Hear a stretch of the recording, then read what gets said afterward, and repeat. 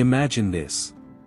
Rome, year 222 AD. Torches light up the camp of the Praetorian Guard.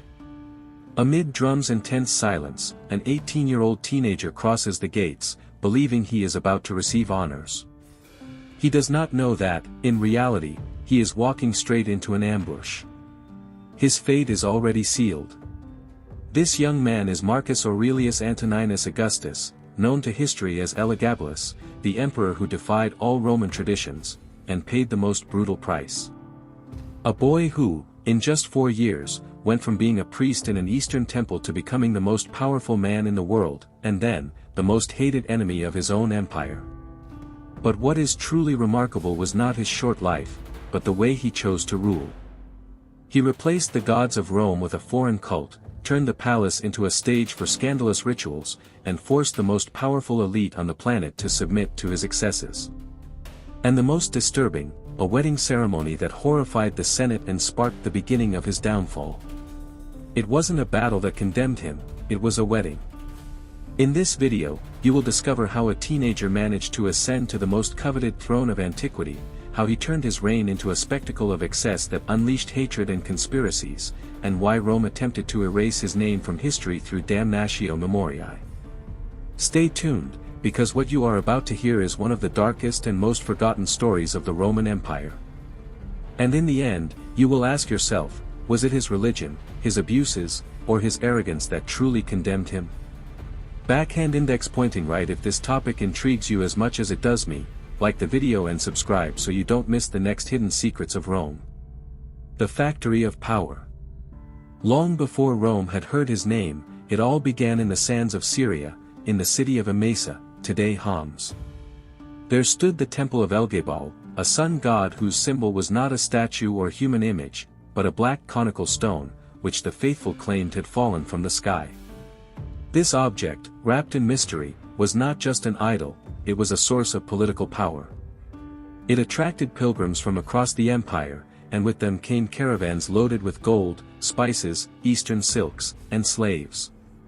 The temple functioned as a bank, a marketplace, and a center of influence. But what most unsettled the Romans was another practice, ritual prostitution. Young people of both sexes were offered as part of sacred ceremonies, a brutal contrast to the sober religion of Rome. This is how Elagabalus grew up, surrounded by wealth, power, and rituals that Romans would call abominations.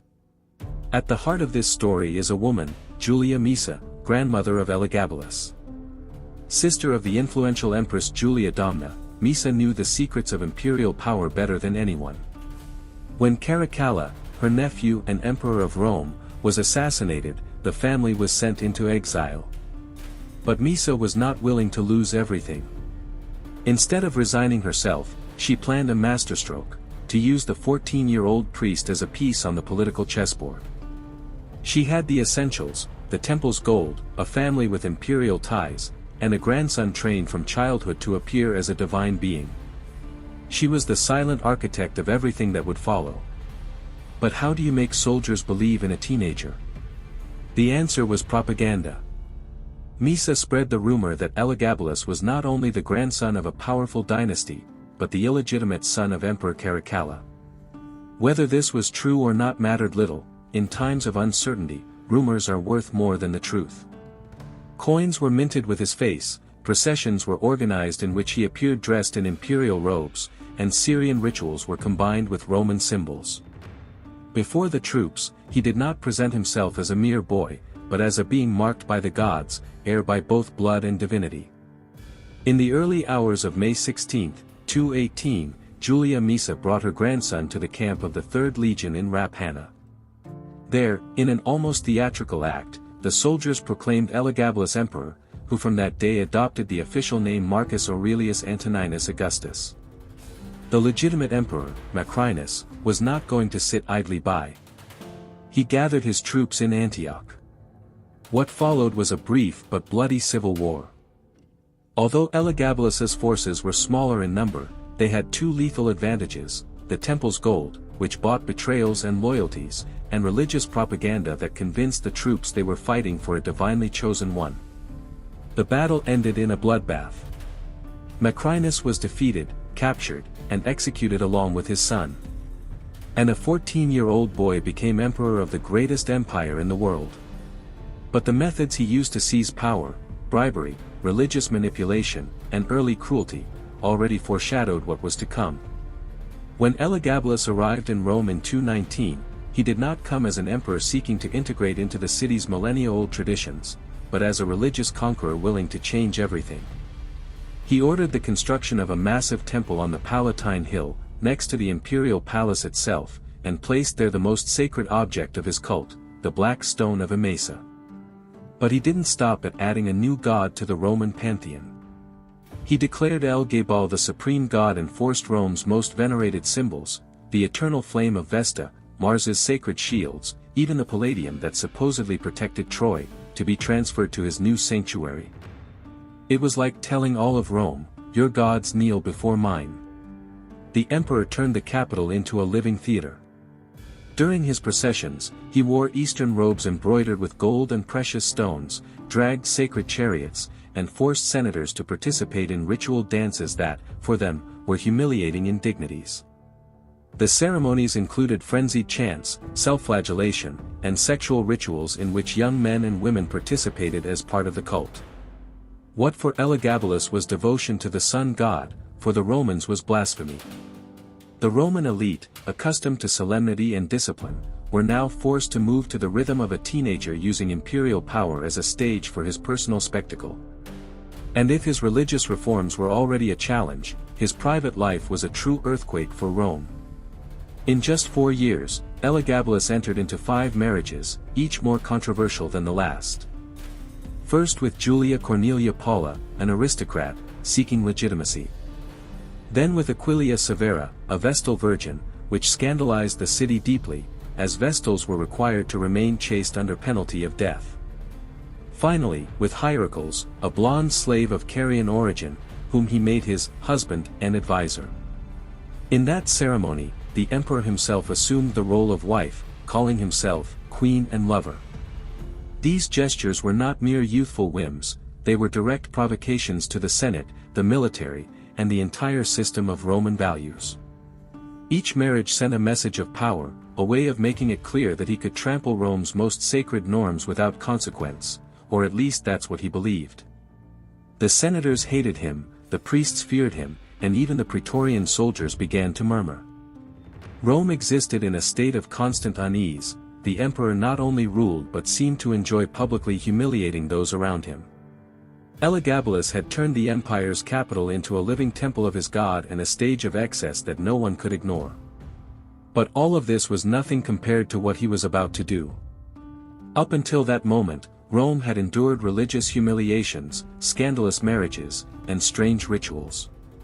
But in the year 220, Elagabalus took a step that horrified even his own allies. He forced his cousin Alexianus, barely 12 years old, to participate in a marriage ceremony. Chroniclers describe that the boy was dressed in female robes and presented as an imperial bride. Senators and officials were forced to witness the ritual, and many left outraged, convinced that the emperor had crossed an unforgivable line. Beyond the act itself, what truly marked a turning point was the political impact. Rome no longer saw an eccentric emperor, but a tyrant using his own family as an instrument of humiliation and power. The same woman who had brought her grandson to the throne, Julia Misa, realized that her creation had become a monster threatening the survival of the dynasty. Cunningly, she began promoting Alexianus, the victim of the forced marriage, as a legitimate alternative to succeed the emperor. Presenting him as heir was a way to save the family and, at the same time, unite the Senate and the military against Elagabalus. She was the one who convinced the emperor to officially adopt his cousin as Caesar, heir to the throne, a move that, unbeknownst to him, was the first nail in his own coffin. Elagabalus soon began to suspect that something was being plotted. He secretly ordered Alexianus's assassination, but the Praetorian Guard refused to obey. Worse still, many soldiers already showed more respect to the young heir than to the emperor himself. Furious, he threatened to disband the Praetorian Guard and replace it with Syrian soldiers loyal only to him. That was his ultimate mistake. By challenging the men who protected his life, he sealed his own death sentence. In March of the year 222, the Praetorians summoned the emperor and Alexianus to a loyalty ceremony at their camp. Elagabalus agreed to attend, convinced he still had authority. But when he arrived, the soldiers honored only Alexianus. The emperor, humiliated, reacted with fury and ordered the execution of everyone present. That was the exact moment his reign ended. The very guards who had hailed him in his youth drew their swords. They attacked him brutally, along with his mother, Julia Soaemias. Their bodies were decapitated, dragged through the streets, and thrown into the Tiber River. On March 11, 222, Rome witnessed the end of one of its darkest chapters. Elagabalus, the teenage emperor who had tried to subjugate the gods of Rome to a foreign stone, was killed by his own guards. His body and his mother's were dragged, mutilated, and thrown into the Tiber as if they were enemies of the state. But the vengeance did not end there. The Senate decreed a damnatio memoriae, the official erasure of his name and image. His statues were destroyed, his inscriptions hammered out, and all memory of him removed from public records. Rome wanted him to have never existed. In his place, young Alexianus, barely a teenager, was proclaimed emperor under the name Severus Alexander. Paradoxically, the boy who had been a victim of the regime's humiliations became a symbol of hope for the empire. However, the trauma of what he had lived through stayed with him forever. Chroniclers note that Alexander ruled with caution and moderation but never freed himself from the shadow of his cousin or the abuses he suffered in childhood. Rome could erase Elagabalus's name, but not the scars he left on those around him. The case of Elagabalus is not just the story of an extravagant young emperor. It is a reminder of the price of absolute power when exercised without limits or alliances. His religious reforms show how dangerous it is to impose radical changes without understanding tradition. His private excesses reveal how the personal can become a political weapon capable of destroying empires. And his violent end demonstrates that even the most powerful man in the world depends on the loyalty of those around him. Rome tried to erase his name, but his figure remains alive because it embodies the most feared warning: when power and arrogance combine, destruction is inevitable. Thus ended the life of a teenage emperor who challenged Rome and its gods, and lost. Centuries later, we still remember what Rome tried to bury in oblivion. The question is inevitable: can someone truly be erased from history, or is the very attempt to forget what keeps them alive in our memory? If this story impacted you, like, subscribe, and share this video so more people can discover the hidden secrets of the Roman Empire. And get ready, because in the next episode we will explore other emperors condemned to oblivion by the damnatio memoriae.